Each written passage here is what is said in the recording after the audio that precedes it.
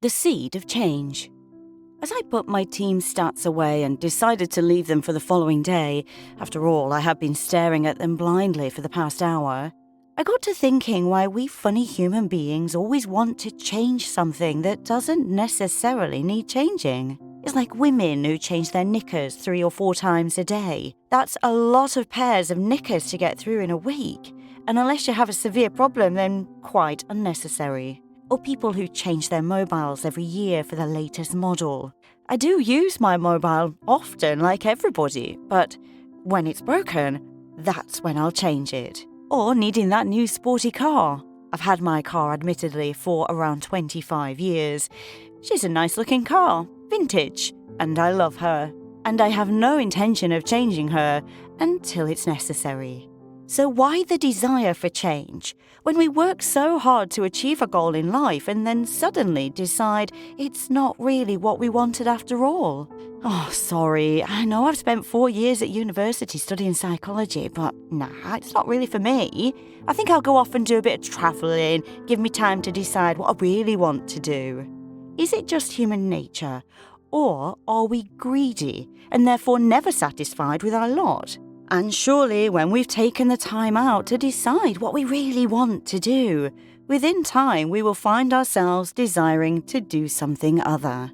We've all changed our minds about something, from simply cancelling our Friday night out with our circle of friends to changing the city or even country in which we've lived for the best part of our lives. But what causes us to make these changes? Is there one initial cause that then leads us through a different line of thought that eventually gives us this desire for change? Let's take the Friday night out as an example. You always go out on a Friday to catch up with your good friends and to have a few drinks to help you unwind from a stressful week at work. So why all of a sudden, this Friday, it would appear you want to change?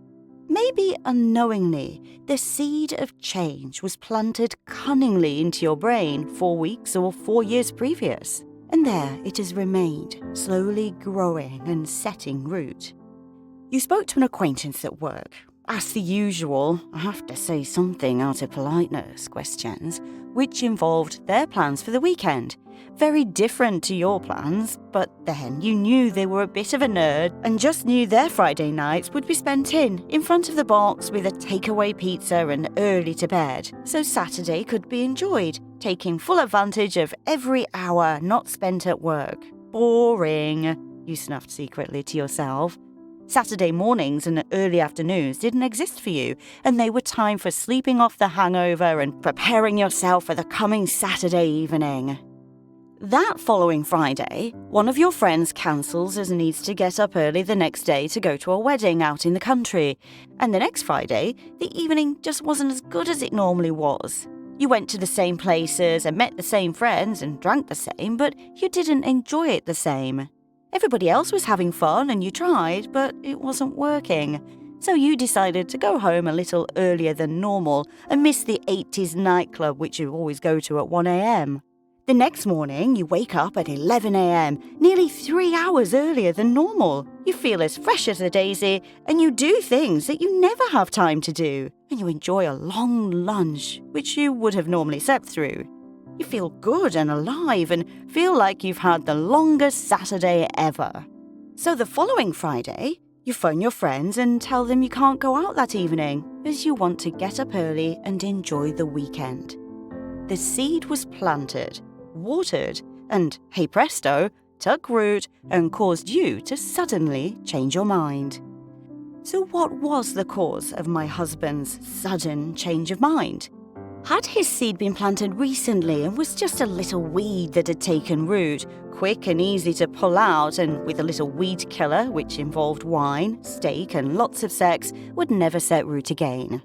Or had this seed been planted a long time ago, with roots similar to that of an old oak? If so, I had a fight on my hands, as A, you can't just chop down an old oak without permission, and B, even if I managed to hack away and chop it down, there was no way such stubborn roots could be pulled up, and no amount of weed killer would stop this seed from resprouting.